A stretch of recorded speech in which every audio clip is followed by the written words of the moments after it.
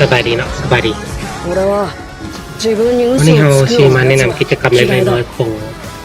กิจกรรมของนารูโตะเนาะ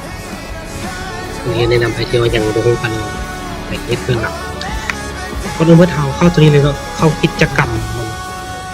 เอาต่างกิจกรรมซอกหากิจกรรมมันจะอยู่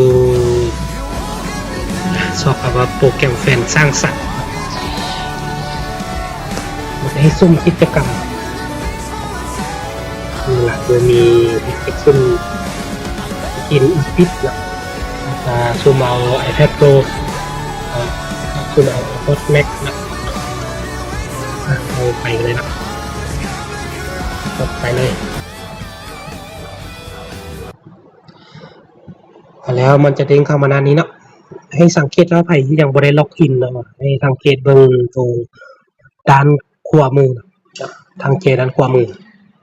ถ้าไผยังไม่ได้ล็อกอินก็กดล็อกอินก่อนกดล็อกอินนี่ล็อกอินไว้แล้ว จะมี3อย่างเนาะคือตัวที่1คือมันจะให้แชร์เนาะ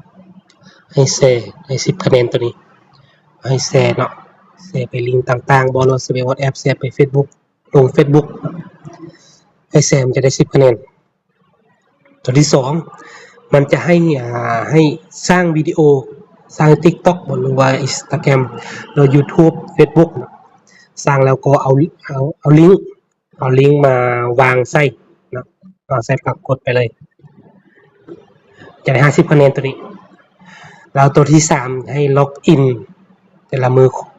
ล็อกอินเข้าเกมแต่ละมือ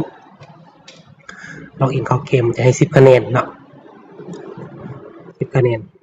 กิจกรรมซำนี้เนาะเล็กน้อยเดี๋ยวไปที่ยังบ่ฮู้ก็ลองไปเฮ็ดเบิ่งแล้วก็ซุ่มเอารางวัลต่างๆ